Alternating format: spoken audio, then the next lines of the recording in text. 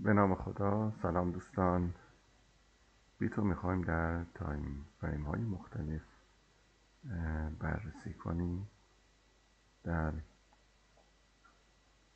تایم روزانه اگر اپین برای تایم 4 ساعته رسم کرده بودم که روزانه نشون بده.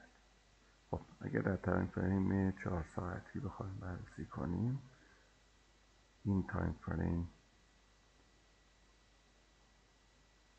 نزولی زیر مووینگ 200، حتی پول بک بهش هم زده. نگاه کنید اینجا قیمت ریخته اومده پایین، بعد کف چنگال حمایت شده رفته به مووینگ 200 این تایم برخورد کرده به عنوان مقاومت که نتونسته عبور کنه و حالا اومده اینجا یه محدوده حمایت اینجا ما داریم.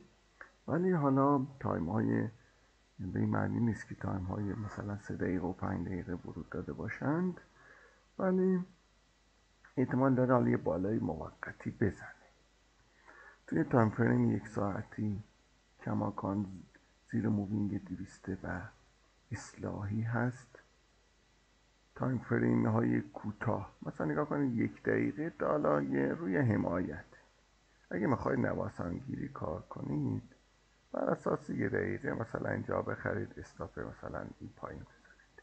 روند چون نزولیه استاپ رو باید حالا نزدیک بذارید، چون الان 1 دقیقه ورود کوچیک داده، ولی تایم های 3 دقیقه زیر مووینگ 200، 5 دقیقه زیر مووینگ 200 هنوز ورود چی نداده. من احتمال میدم یه خورده بیاد بالا، مثلا اینجا 63 و 500 63 و 600 یه دوباره اصلاح کنه. البته اون موقع دوباره بررسی میکنیم، حالا فعلا نظر نمیدیم. حالا نظری که دادیم اینه که پوزیشن فروشی که دیروز تعریف کردیم و گفتیم تو این محدوده‌ای که هستیم فعلا یه ذخیره سود انجام بدید. اگر بریم سایت گو چارتینگ هم نگاه کنیم، این حالا تایم فریم های مختلف میتونیم بررسی کنیم. تایم 6 ساعتی نزولیه، مووینگ ریز بالای ترشه.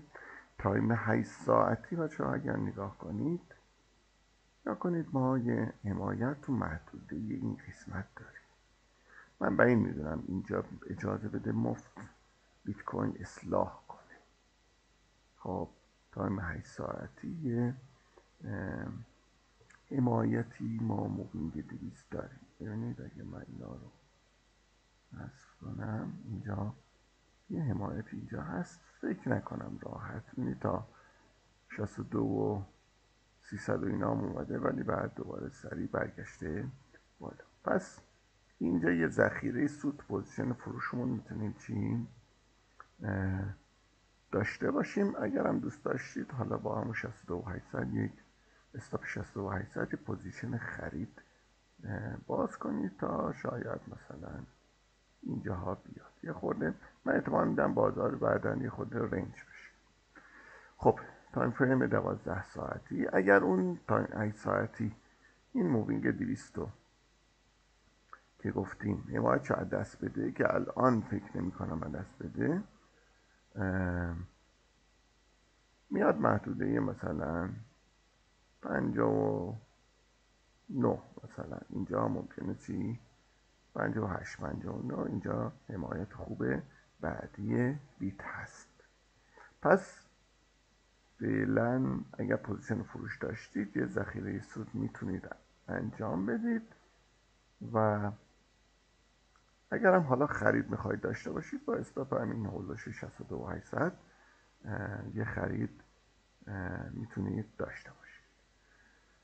خب و دوستان وبسایت ما رو که دنبال میکنید، ما تحلیلامون رو توی این وبسایت ترید با پایتون، ترید پی وای قرار میدیم.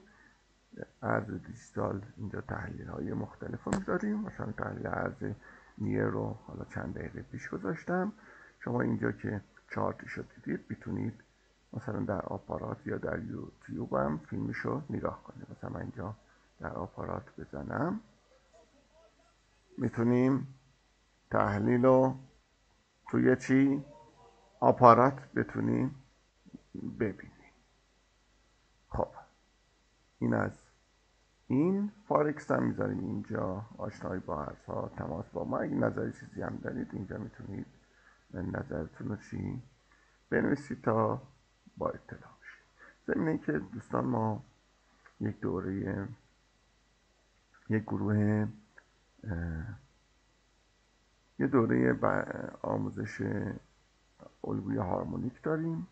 اگر دوست داشتید میتونید ثبت نام کنید. و یک گروه خصوصی هم داریم که در اون تحلیل های مختلف از بیت، طلا و ارزهایی که دوستان میپرسن ما میذاریم. مثلا این ارز نیه رو چون یکی از دوستان در همون گروه سوال پرسید ما تحلیلش رو گذاشتیم.